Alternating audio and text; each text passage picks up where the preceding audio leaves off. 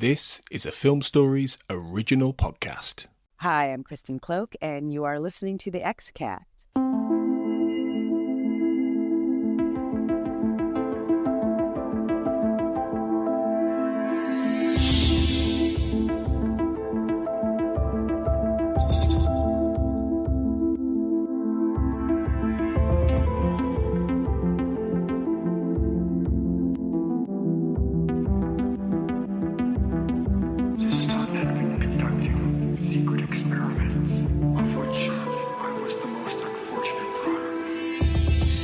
Welcome back, everybody, to the XCast. The truth is in here. I'm Tony Black, your host, and today it's episode 3 we're talking about, which is Squeeze. And I'm happy to say I'm being joined again by X-File and podcaster and film writer, Mr. Andrew Brooker. Thank you. Yeah, thanks for having me. No, it's a pleasure. Thanks for coming back on the show after Deep Throat. So this is another interesting and, in many respects, quite iconic episode that you're on for. So you're doing well. I'm very chuffed that you've let me on for this one as well. Yeah, it's a good one. It's a good point to come on the XCast and talk about, definitely. Obviously, we've done your 5 questions in the key of X in the previous episode you're on, so we're not going to do that this time. But before we do talk about the episode in question, I just thought it might be interesting for us to quickly, as British fans, talk about the announcement a couple of weeks ago that the new miniseries is going to be airing on Channel 5 in the UK. Now, I'm sure you heard this, didn't you? I'll be fair and say I hadn't heard it and completely expected it to be on Sky One. Right, there you go. It's a bit of a shocker to me as well, because when this was announced, a couple of people messaged me and went, "Have you seen this?" I was like, "Channel 5? I haven't watched Channel 5, I think, since I accidentally watched a bit of Keith Chegwin's Naked Jungle and was like, my eyes That put me on Channel 5 as well. It's interesting because I don't watch anything on Channel 5. Nothing that's advertised on Channel 5 ever gets to me. A couple of years ago, I remember losing my rag because Chicago PD wasn't getting shown in this country. And my mate went, "Well, it is. It's on Channel 5. And I went, "Well, that would be why I don't know where it is." That's a really bizarre choice for Fox, considering their very long-running relationship with Sky One. Well, I mean, I fully expected it to be on Sky Atlantic now with things like Game of Thrones and all those kind of shows, The Blacklist, whatever. Yeah. But I suspect, and this is horrible to say, but I suspect that it was going quite cheap. Yeah. You know, because really, it's a revival show, and it's one of the more older revival shows, really, if you think about it. You know, Heroes was only a few years ago. 24 only really finished a few years ago, whereas The X-Files has been finished for nearly 15 years. So it's one of those shows that I think in this country was going relatively cheap.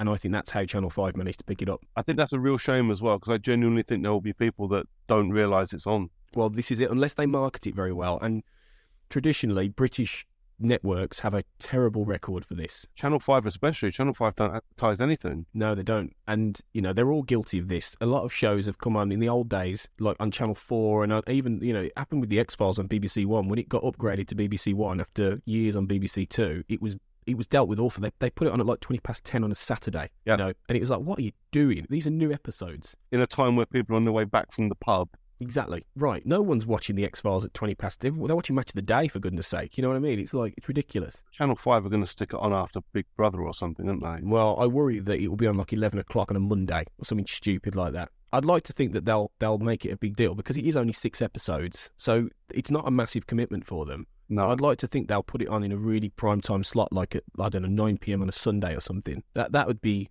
good. In that case, I kind of hope actually that what we get is a bit like we get with Game of Thrones, like the day after you can buy it on iTunes. I think I might have to go that route just to make sure they get my money. Well, yeah, I think that's what I will do as well, because I don't think they've set an air date yet for this. They may have done at the time of you listening to this, because we're recording this a couple of weeks before this goes out to air. So they may have released an air date, but I don't know if they have. Yeah, the other problem with Channel 5 is they don't do sequential stuff like Sky do. Right. You know, 24, Game of Thrones, all that stuff, we get it the next day or the next week. Channel 5 have got a really bad history for that.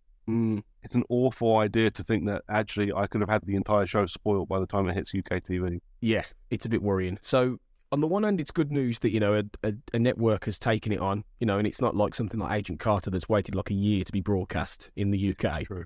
But on the other hand, it's not maybe the network we thought it would be on, that we know in the old days, Sky One were pretty good with the X-Files. They treated it properly. Yep. So, they're the only network that did. So we'll see how it goes. But at the very least, at least we're getting it. True. Yeah. That could have been very bad. Yeah, exactly. But yeah, that's one for British fans. Keep your eye on Channel 5, definitely, going forward. So let's crack on with the main meat of the episode, and let's talk about Squeeze.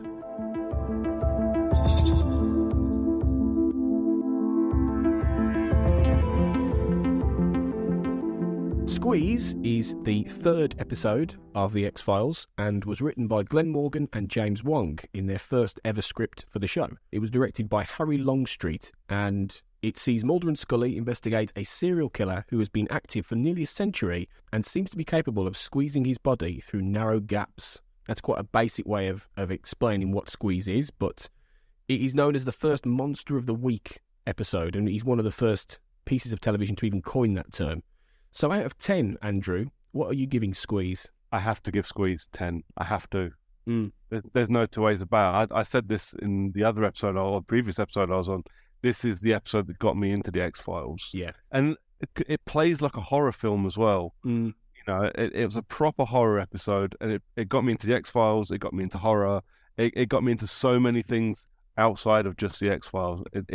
It's a near perfect episode for me. I saved 10, I think, for the episodes that I will just rewatch relentlessly. And Squeeze isn't quite one of those, but I would give it a 9.5.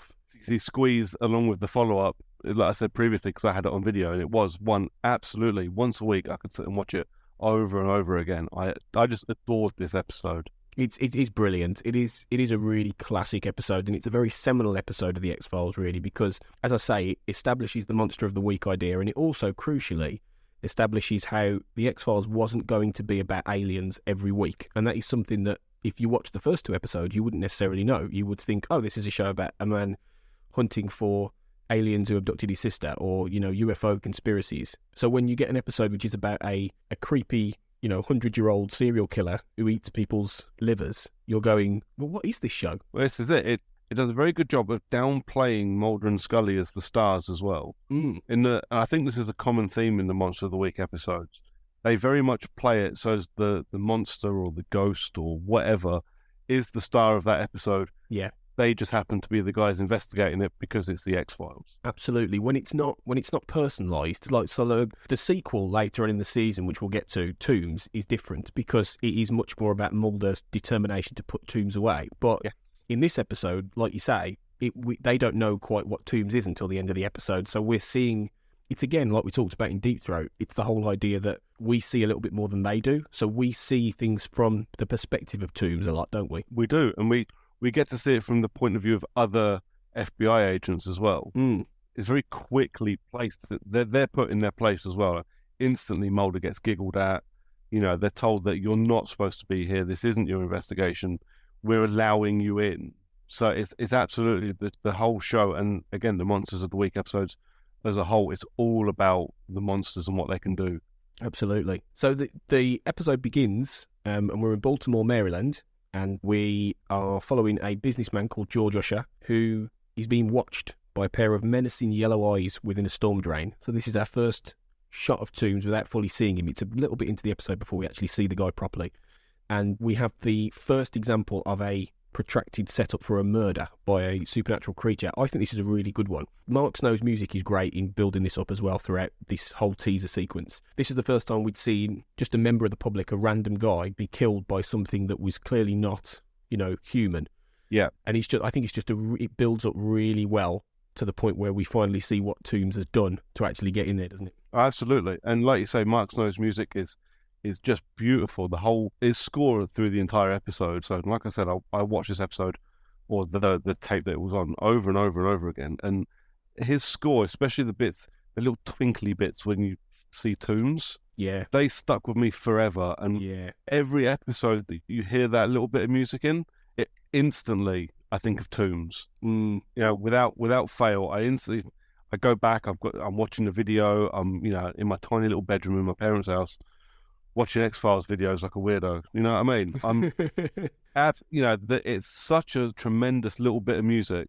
Yeah. And like you say, the setup for this not a human going and killing somebody. The first time for a long time we've ever seen something that's a proper monster kill another human being and leave it for other people to find. It's such an amazing opening scene. It is. It's really great. And how he just builds that up, and then you don't quite see who it is and what's happened exactly, but you know something horrible has happened. And obviously the weirdness is the fact that he comes out of the vent. And then, but I did always wonder, how does he screw the vent back in from the inside?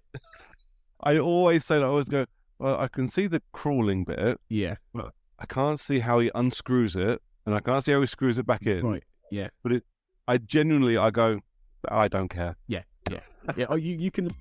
TalkTalk introduces the TV hub that's shaking things up.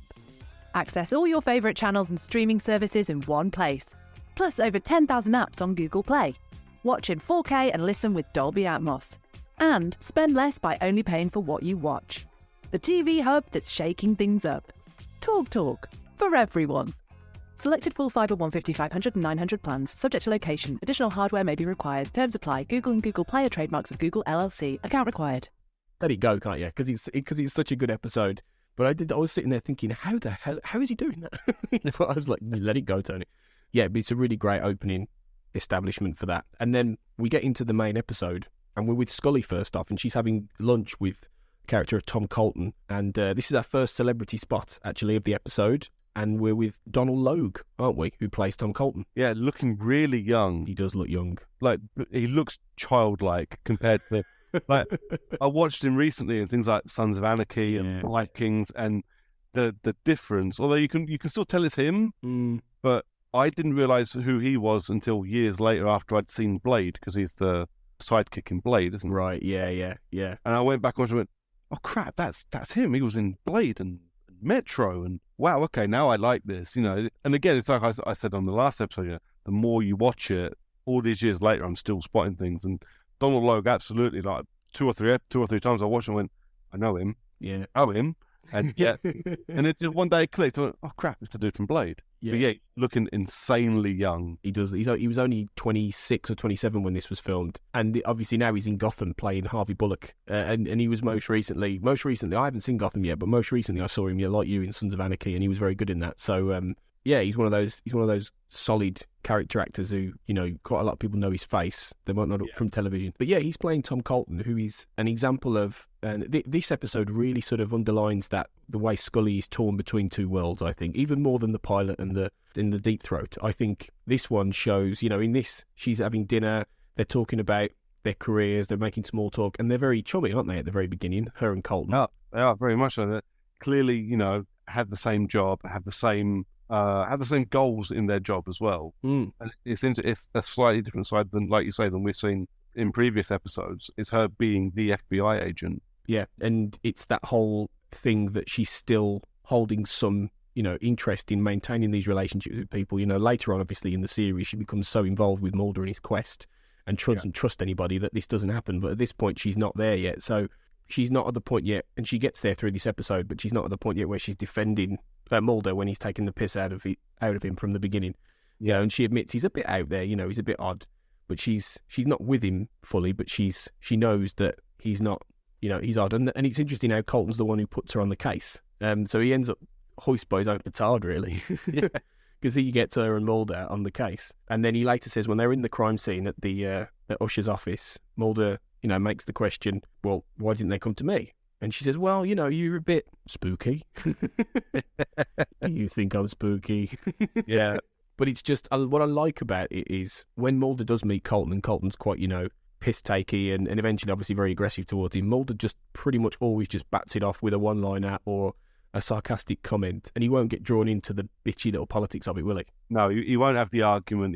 It's somehow being the alien nut. He will be the mature one. Yeah. And like you say, just bats it off or takes the piss right back. Doesn't get into the argument. Knows it's not one worth having. And there's all the jokes slide off his back. That's another reason why we warm to him so much, don't we? Because I think if he was turning around and saying, you know, piss off, mate, you know, you don't know what you're on about, people would think, well, you're just getting drawn in. You know, Colton's clearly a dick, right? You think he's a dick from the very beginning, really, because he's just got that slick FBI career-minded guy with him, and you see a few more of these guys throughout the show.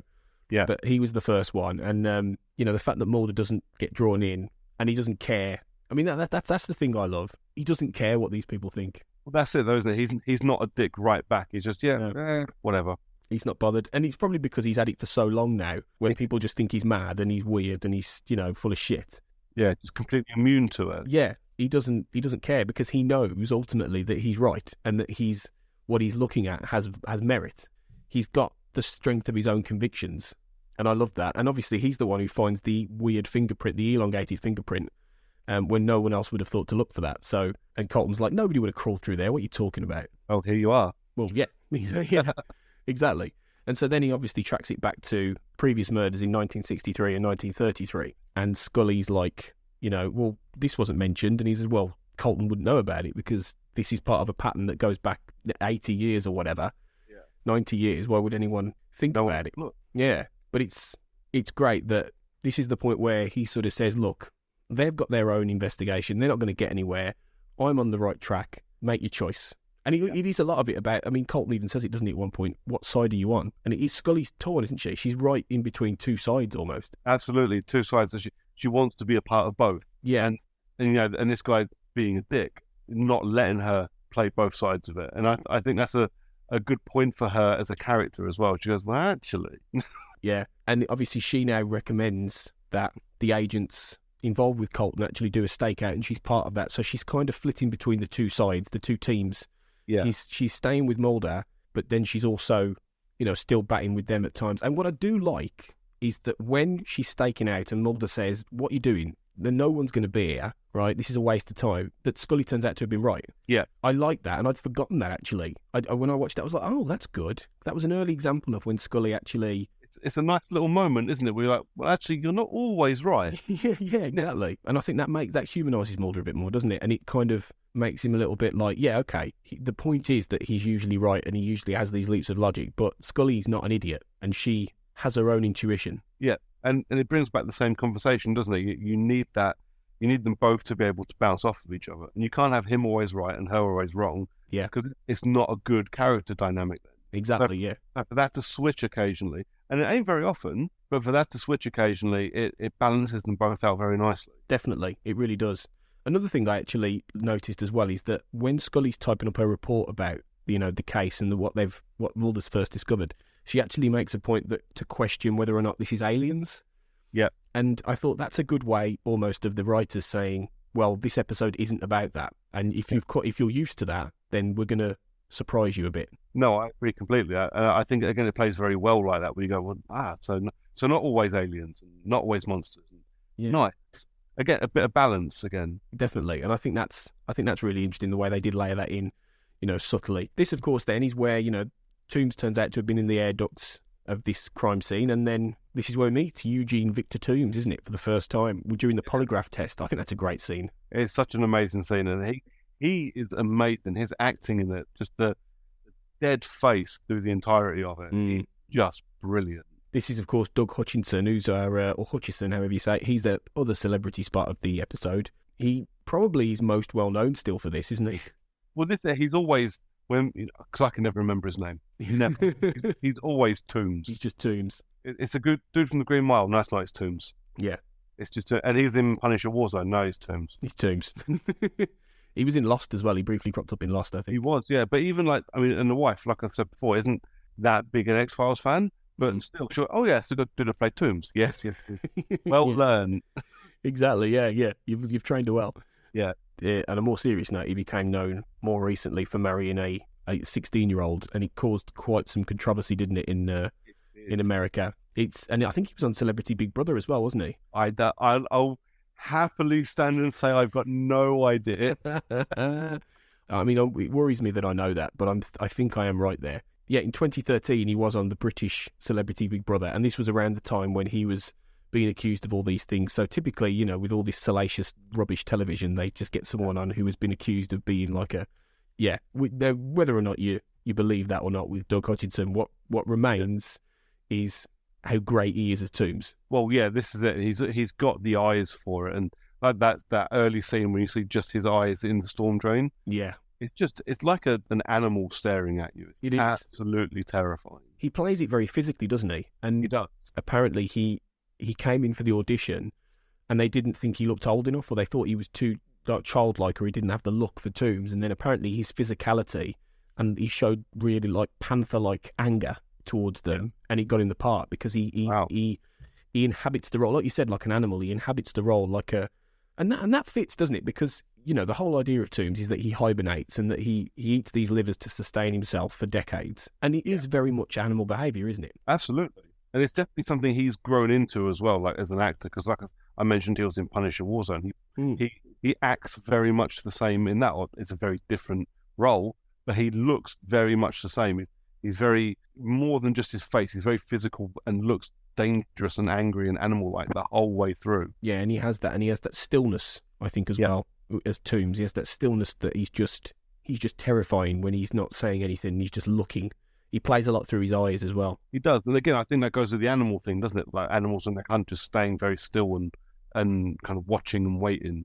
He looks like he's doing that all the time. Yeah, he has that in him. It's a great piece of acting. And obviously in this, he takes the polygraph test and he passes it, except for one question where the question's about the Powhatan Mill murders, which were the ones that go back to like the 60s and the 30s. Yeah, and Mulder, everyone's saying, oh yeah, he's not done it, it's not him, he passed the polygraph, and then Mulder points out, well actually no, he didn't. Like he wigged out at the 1933 question, and then they don't want to know. Over 100 years old. Yeah. And they just angrily shut him down and say, we're not believing this, get out. And Colton's saying he's insane. And it's just, I think I'd forgotten actually the level of resistance he meets in this episode. I'd forgotten the level of anger that he meets when he's trying to fight for his theory that turns out obviously to be right. But I didn't realise when I just remember Toombs, and I remember, all the stuff about how he kills. I'd forgotten all that. And it's great to watch it back and see, Jesus Christ, they gave him a really hard time in this. Yeah, I think that's kind of where I get the idea that this is where it solidifies that it's about the monsters and not about him. Yes. Because it's absolutely, there's no one blindly following him. Even us, we're even going, well, no, this doesn't sound right. You know what I mean? Yeah. The whole thing is very against Mulder and his ideas. Because it's early on in the show, it plays very well to make us, to make it clear to us that actually this isn't always about him. No. As much as he may try and make it about him. Well, yeah, exactly. There was one thing as well in the scene, just quickly, I forgot to mention, in the scene where he goes to see Scully at the stakeout, where he's eating sunflower seeds, and it's the first time you see him eating sunflower seeds. Yeah. Which is clearly a quirk that Morgan and Wong wrote in, which obviously stuck throughout the whole run. And I would bet money we'll see him eating sunflower seeds in the new series at some point. In the lie detector scene also shows just how marginalised and eccentric he is to everybody. And there's a great line where there's a great conversation afterwards between Mulder and Scully where he points out that they would rather close their minds to all this stuff than be embarrassed. Yeah. And Scully turns around and says, well, why do you keep pushing this? And he says to her, he's very magnanimous because he says, look, if you want to throw in with them and go and investigate with them, I won't be hurt. Just, he's used to people walking away from him. And the fact she doesn't is just a testament to Scully, really.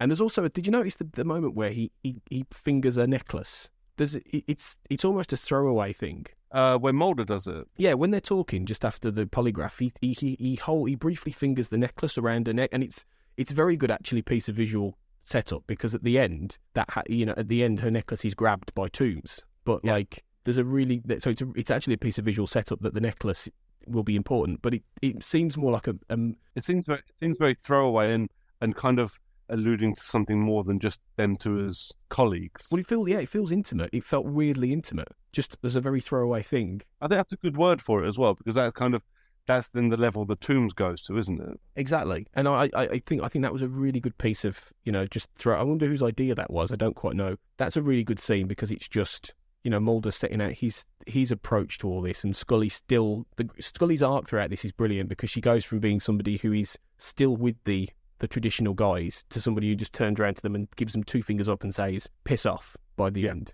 basically, which is great. Then, of course, we get the second murder when Toombs is released. And then there's that great visual of him going down the chimney, isn't there? Yeah. Which, again, I think is another pretty much an iconic, scene from the show. Do you remember the old like clip show bits that would have scenes from episodes in like the 90s? Yeah.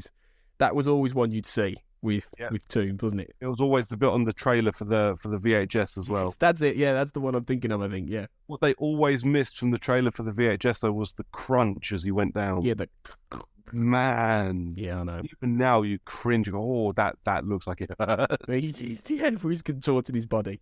It's such a spectacular bone crunching sound. Yeah. Oh, it's a bit horrible, isn't it? Yeah. But yeah, it's a great visual. And then obviously, we see a little bit more of Toombs as he kills this guy. There was an interesting story about, I don't know if you know how much you know about this, but the director of this episode was not liked by the people involved. He only ever directed one, Harry Longstreet, and he, according to Chris Carter and most of the crew, he completely got the wrong idea of what the X-Files was. Okay. And you wouldn't think it with this episode, given how well it comes out, but a lot of the scenes had to be edited or cut in a certain way to make it much more the episode they wanted, because he would try and film things very traditionally. So I don't quite know how they made something so good from a director who was just a pain in the arse, basically. He ended up leaving early, and they had to finish the episode without him. All right. Yeah. I think you can definitely see that with that scene, though. Well, yeah, exactly. The way he grabs him, the way the whole thing slows down and that, you can definitely see it's been edited because it hasn't quite hit the level they wanted it to get to. Yeah, exactly. That's what I was thinking. Yeah. It's a weird bit of that episode as well, because that bit has always stood out and gone, that doesn't fit. It doesn't feel right. It doesn't fit with the tone of the rest of the... No, it just feels, it's slow. They slow it down at one point. They have like a slowed down film, and it where you see Toombs grabbing it, it just feels like it's test footage almost. It doesn't feel like it's... So I think there was a lot of to and fro with that I think made certain parts of this episode, tricky to film, and it wasn't an easy one to film apparently at all. But amazingly, you wouldn't know it. No, that's a testament to the editors, really, isn't it? Well, yeah, hugely, in the way they structured the episode, and the great writing as well, which carries it through in many ways. But then you get to the fact, obviously, you've got this next victim, and this is where Colton says to Scully, "Whose side are you on?" And she says brilliantly, "The victims." Yeah. That's a great line, because that just underlines Scully all the way through. She's on the side of the truth, not on anyone's side. She shouldn't even say she's on Mulder's side. She's on the side of the truth. She wants to get the right answers. Doesn't matter who on either side of it is correct at the end, but she wants the right answer. Exactly. But more evidence is coming to light about what Toombs does in terms of the liver being ripped out and all this kind of thing, and that they now know that they made a mistake letting him go. So it doesn't become about the fact they're still looking for him. They know who's done it, or they have an idea who's done it, but it's Mulder proving how he's done it, or why he did it. This is where you get the microfiche with the with the projector that goes across your face, looking for all the records. It's such an old-fashioned thing now, isn't it? Seeing that, it is. It's still such an iconic visual, though, isn't it? Well, yeah, it is. There's a funny line actually where Mulder says, "Have you got any? You got any Dramamine?" Dramamine, that's it, because he makes me feel seasick. Yeah. Interestingly, Chris Carter's talked about how he wanted the show increasingly, after the first couple of episodes, to have more of a noir feel to it. And I think Squeeze has a bit of that. And I think moments like the microfiche do feel quite noir. Very much so. Especially now. Oh, absolutely now. But it feels like a horror side of it aside. It feels like just a crime investigation thing, doesn't it? Yeah. And it has got that old 40s film thing going about, flashing newspapers and the like. Exactly, yeah. That's what I think of. And it's just a cool visual now, especially in this day and age. But they're obviously piecing together that Toombs has been around. They find records going back to 1933 and 1903, and they start to guess that if they don't get him now, he's going to be hibernating until 2023. So I almost wish that he got away, and that if the X-Files carries on, that they have a series in 2023, a new mini-series, and we bring him back. Wouldn't that be brilliant? That would be spectacular. Oh, maybe he didn't die in that escalator in Toombs, and maybe he's still out there, like the Fluke Man in The Host. Yeah, I'd love it. I don't think they're bringing him back, but it'd be great if they did. But it's things like that. But yeah, so they end up then tracking down the original investigator from the 30s, which is Detective Frank Briggs at the retirement home, and to get his account of the original murders. And I always had a question about this, because the guy who plays him, Henry Beckman, he doesn't seem... I mean, I was thinking about this. Frank Briggs would have to be about 90, because if he's been, he says he's been in law enforcement. He retired in 68. He was in law enforcement for 45 years. So he started in the early 20s. This is 93. He would have to be about 90 years old at least. Yeah. And I was thinking, he doesn't look it. No, he doesn't. I think this is more kind of telling of the times the show was made, though, isn't it? Like, yeah. Give him white hair and a beard and stick him in a wheelchair, and he's clearly an old man. Yeah, but you just know that he's like probably about 61, and he's very mobile. Yeah, you can almost suspend your disbelief as well until he starts talking about the damn Holocaust. And now you've just given it away, and actually I don't believe you anymore. Yeah. I never quite believed that he's as old as he is. You know, I think to really pull that off, you should get like a Max von Sydow, you know, a really sort of old. Well, I would have believed him more if he'd have been a bit like. Do you remember the second season episode Aubrey with the old guy who his daughter ends up becoming like a psychic killer based on. Yeah. He's in a chair and he's all like disfigured and he's got breathing apparatus and he's really good. Yeah. I'd believe it more if he was like that. IV in an oxygen tank and yeah. Obviously, you know, Frank Briggs took all this very personally. He was very affected. It's the one that got away. I quite like that they go and see a detective who couldn't catch Toombs back in the day. Yeah. He knew what Toombs was. He knew it was this guy. It's almost like a shadow of Mulder when he's old, looking back at all the cases he couldn't solve. Pretty much all we get to watch in January. Yes, effectively, yeah. So from this, they find the lair, effectively, of Toombs, don't they? Which is full of like newspapers and bile. Yeah, which just looks like horrible. I think that has the moment from the credits as well, where they're walking through the door. It does. Again, it's one of the things that's always stuck with me. That moment when they walk through in the title sequence is the moment when they walk into that apartment, isn't it? Yeah, exactly. And it took me a while to realise that. And it was when I watched Squeeze a few years ago and I saw that. I was like, oh, okay. Because for a while, I thought that was actually filmed for the credits only. So that's the thing. Like I said in the previous episode I was on, I watched this obviously quite a lot as just Squeeze and Toombs. But I was quite young when I watched the X-Files and I didn't realise this is how TV worked. Yeah. So I remember getting, like the first time I, let's say, binge watched X-Files, and well, hold on a sec, how did that happen when that's, you know, you're showing me this on the pilot episode, that doesn't happen until episode 3. Actual genuine teenage confusion. I had no idea how it happened. And obviously it wasn't until a few years later when obviously more TV shows had done this and it was a bit more obvious. I slowly figured out that I was just being a moron. But yeah, it's that one of the most iconic parts from the title sequence. You don't realise, yeah, and it's altogether a really good scene that highlights, you know, more about what Toombs is as opposed to who he is. And then obviously you get that visual reference with Scully with the necklace when you see the hand holding the necklace, and Toombs has been watching them all along. It's just creepy. But again, it's a good piece of visual storytelling. It's such classic monster movie stuff as well. It really is, yeah. It really is. You can tell they've watched a lot of that stuff. Yeah. You know, which becomes clear. There's lots of really good shots here. Very slow motion pans into Toombs and pulls away from Toombs and things like that. It's just really good. So after that, you've got a stakeout going on with 2 agents who Mulder reminds, you know, to keep looking, you know, keep watching the building, 66 Exeter Street. And this is where Scully, you know, has a final confrontation with Colton, really. And he basically gets angry that she's putting 2 of his men outside a condemned building when they've got other things to be doing. And he basically now shows his naked ambition and how far Scully has come in this episode, really, isn't it? Yeah, it is. It shows very much that he isn't the friendly guy that he looks like at the beginning. He's absolutely 100% out for himself. And you get to a point where you go, you don't even care about the investigation, you don't care about the case, you just want to further your own career. Yeah. And it's a really nice point where we go, well, actually, just fuck you. I'm so glad that we've sat and watched you be wrong for the last half an hour, because just piss off. Yeah. It's a lovely moment for her, but for us as an audience as well. You know, we're all sitting there throwing middle fingers at the TV going, have that, you shithead. Basically, yeah. It's great that Scully just tells him, you know, his career's only going to end with you landing on your ass. Yeah. And it's like, yeah, piss off, mate. You know, you've shown who you are. It's great. It's it again just shows Scully's arc in this. And then, of course, that leads up to the final realisation that Scully's the one in danger, because you see that brilliant moment where Toombs is watching her, and there's a great use of sepia in this episode as well, isn't it? When you see Toombs, everything turns black and white when he zeroes in on somebody. Yeah, almost like when he's hunting. Yeah, exactly. And then you get the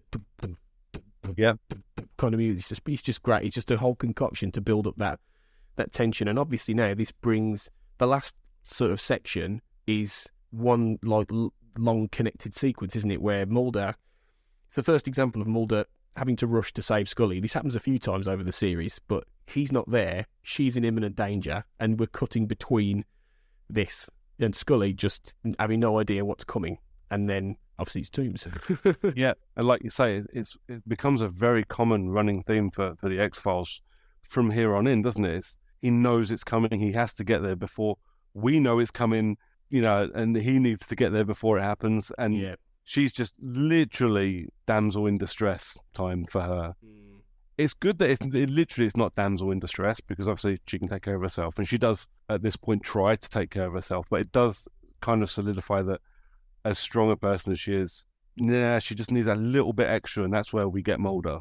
Exactly. And it also brings the threat home as well, doesn't it? Literally, in that, the fact that Scully can be attacked at home in her own place just makes it even more, because the whole thing about this, apart as well, is home invasion. Tooms getting into your home, squeezing into anywhere, through your toilet bowl, through your letterbox, and it's that whole fear that it doesn't matter what protection you have in your house, he could still get in, basically. Yeah. It is a lovely little bit of editing as well, him jumping out of that drain. Yeah, that's really good, that is, yeah. That it looks seamless. Yeah. Him coming out of it, and it's been very, very well filmed and very well edited. Definitely, because it's quick, isn't it? And it's... Yeah. And it has that, as you call it, like a proper monster. Yeah. But it doesn't look shit. It actually looks really... It doesn't look like he's just jumped out of a massive hole in the wall, which he clearly has. He has done. Exactly, yeah. It's just a really, really good sequence. And it's a good sequence. It ends perhaps slightly quickly, once Mulder gets there and they just cuff him. And obviously, it was the intent, clearly the intention was to keep him alive. And they had to wrap that up quite fast, because the whole episode had built up to this. But it's... In another way, it's good, because it just at least gives the end of the episode a proper little bit of a wallop, Yeah, it gives it a nice ending, but it has a couple of flaws, and I do think that we all know who he is, and he's not made a secret of who he is or what he does. Right. So why isn't he just slipping his hand out of that and running off? Yeah, exactly. But like you say, we have to forgive it that, because he has to stay alive to come back, 10 episodes later. And I think it does have you've got a couple of things. You've got at the end, just to wrap up, you've got Frank Briggs, closing his eyes in relief when he sees Tooms has been captured, which is a nice little moment for him, even though obviously he comes back again, but it's a nice little moment of closure for him in this sense. But then you've got the final image of Mulder looking in on Tooms and saying, to Scully, it doesn't matter what we've got, people like him are out there, we can't protect ourselves from him. So it's a nice little contextualization of what the threat that Tooms is in general. Absolutely, and what we've got to come as a full season. Yeah, the X-Files is not just going to be one of these. There's absolutely more. Exactly, there's more like this, and this is an example of it, when it's not aliens or UFOs. This is the kind of thing they're going to be investigating, and it just does allow. I mean, this is a great thing that you're getting, and I don't think they did it better than this actually, or this was one of the best examples. But the final moment where you realise that the story isn't over. So you've got the whole thing of Tooms licking the newspaper and building himself the nest.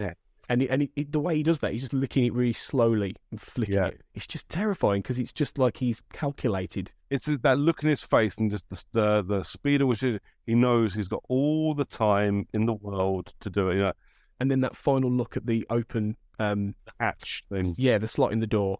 And it's just Patty pushes towards him, and you've got the music just building up, like going vrong, vrong, vrong, and you just know that he just sends a chill down your spine, because he's just got that grin on his face, if to say, I'm going to get out of here.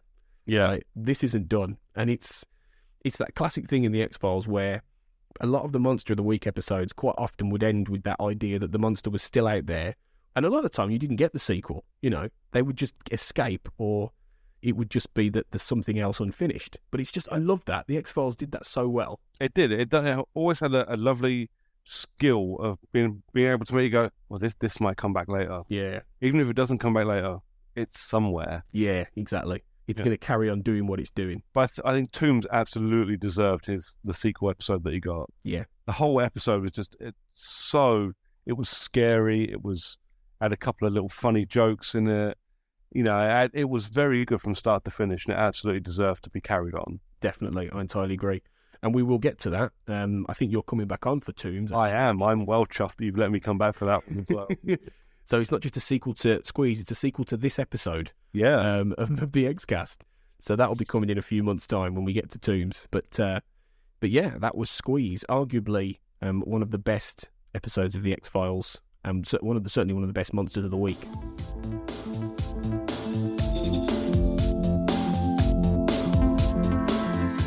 Okay, we're going to quickly do the Do You Believe In section, where I asked one of the guests if they believe in a specific element of paranormality. I was originally going to do this on genetic abnormalities, but that just seems a bit too focused. So I'm just going to ask you simply, Andrew, do you believe in monsters? In monsters, I think so. I think I do, yeah. I don't think I'll go as existential as saying there are so many degrees of monster.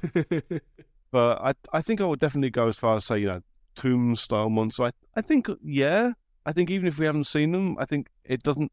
We're so delicate and fragile as a species. I don't think it could be hard for someone to accidentally, be born like that. I think, yeah, absolutely. Because it's the thing with tombs, isn't it? He's not like... It's not like a comic book thing where, well, as far as we know, that he's the product of, some kind of experiment or... Well, he's not an X-Man. No, he's a mutant by the term, but he's a product, and like a lot of the X-Files monsters, he's a product of just evolution to an extent, isn't he? Absolutely. And I think this is where it never explains it with tombs. I think it's a good pattern that the X-Files has. It doesn't always explain it and kind of lets you, maybe plants a seed or two and lets you make up your own mind. But absolutely, for something like tombs, his needing livers could have spawned from absolutely anything. Yeah.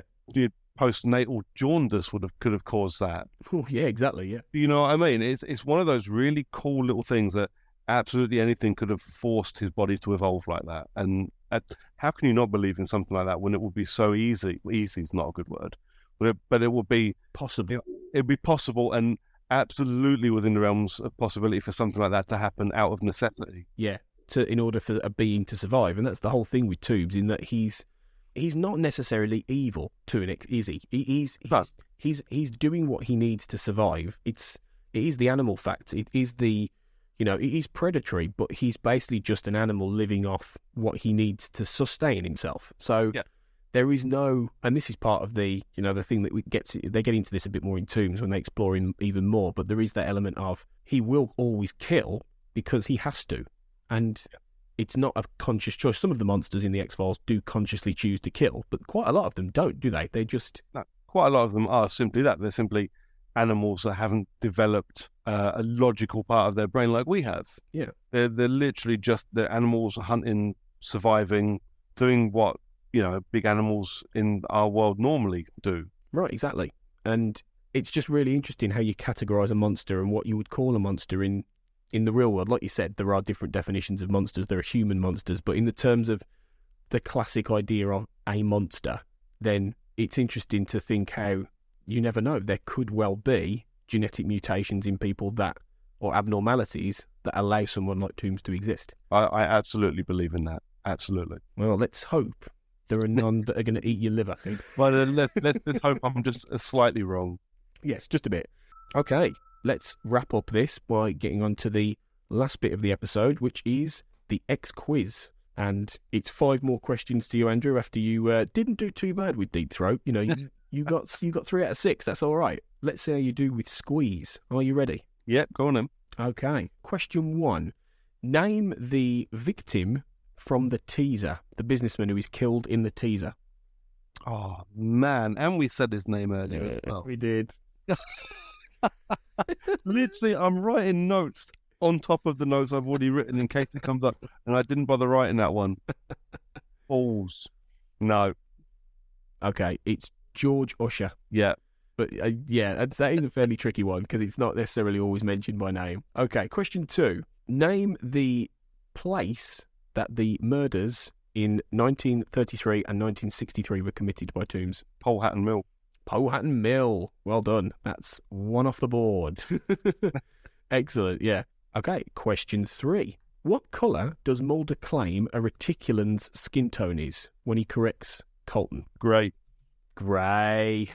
Yeah, because Colton says that they're green, aren't they? Little green men. Little green. Actually, they're grey. Because when they're from reticulum, it's like... Yeah. Brilliant. Yeah, I love that. Okay, question 4. What does Toombs claim that he's been called in to find in the ventilation system when they discover him? Was it a bad smell? Yeah, chasing a bad smell and they found a dead cat. Yeah, I'll give you that. I was going to say dead cat, but yeah, I'll give you that one. Yeah, because it is easy to say it's a dead cat. So, yeah, well done. Okay, that's not bad. You're doing all right, yeah. You're doing all right. Question 5. Name the 2 agents who are assigned to stake out 66 Exeter Street at the very end of the episode. Oh, no, I can't do that one. All right, I'll give you that. Agents Kennedy and Kramer. Wow, yeah, I never would have remembered that one. This is quite difficult, probably. Okay, and finally, this is the quote. Okay, so if you can name the character and the scene, then that'd be great. Okay, so here we go. The presentation didn't go so well. Wow. Okay. This is part of a quote, part of a bigger quote, but I've just shortened it slightly. Yeah. No. No. I feel like I should. No, it's. Oh, crap. It's. They're talking about Mulder presenting to the Academy, but I can't remember who says it. Well, it may be, but not in this case. No? Okay, go on then. It's George Usher from the teaser. So when he's calling his wife at the very beginning before he's tombs, he says, "I'll be back late. The presentation didn't go so well." Oh, that's a mean one. That is a difficult. It's because I gave you an easy one for Deep Throat. You did give me an easy one for Deep Throat, yeah. I've equalled the scales. Well, you know what? You haven't disgraced yourself. You've equalled your score from last time. So that's 3 out of 6. So wow. That's not bad. I'm doing all right, as long as I can keep it above half. I think you will, yeah. Considering I regularly call this my favourite X-Files episode of all time, it's still pretty disgraceful. My questions are fiendish, so it's fine. So yeah, you can better your score next time you're on.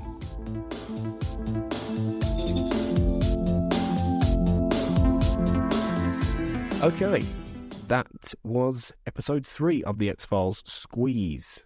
Big thanks to Andrew for coming on. Oh, thank you for having me on. Been an absolute pleasure again. Where can we find you online then again? Online, I only really hang around in the one place. I spend my entire time on Twitter, getting very opinionated. You can find me at Brooker411, and I occasionally podcast and write for Failed Critics. Cool. As we talked about in the previous episode, yeah, do check out Failed Critics for some great musings. So that's brilliant. Cheers. You can find the Xcast as ever on Twitter at the X_cast. We are on Facebook at the Xcast. We're at Gmail at the xfcast@gmail.com. Tweet us, Facebook us, send us some messages, let us know what you think, give us some feedback on the show. It's always welcome as we enter into 2016 and we're closing on the mini-series. Let us know if there's anything else you want us to do, and give us some feedback on the episodes. We'd love to know what you think about Squeeze, about any of the episodes we've featured so far. So get in touch. We're on Acast. You can find us there. They are the people who host us, and we're also on iTunes. So please do drop us a review on iTunes to boost up our ratings and get more people listening. So, big thanks again, Andrew. Thank you for having me on. Absolute pleasure. We'll be back next time for another X-Files, but until then, trust no one. The Xcast, an X-Files podcast, was created by Tony Black and is produced and hosted by Carl Sweeney, Sarah Blair, and Kurt North. You can find the podcast on Twitter at the X_cast, on Facebook by typing in the Xcast, and in our group, X-Files Basement, the Xcast podcast fan group, and on Instagram at the Xcast pod. Don't forget, you can support the show by becoming a member on Patreon. Our patrons get early access to episodes, behind-the-scenes chats with our hosts and a thriving community of X-Files, and other premium interviews and specials. To find out more and subscribe, you can go to patreon.com/thexcast. That's patreon.com/thexcast. We are also part of the We Made This podcast network, full of popular culture shows, including our Millennium series, The Time Is Now. You can find all of our shows at our website, wemadethispod.com, or via Twitter at wemadethispod. Thanks for listening, and keep watching the skies.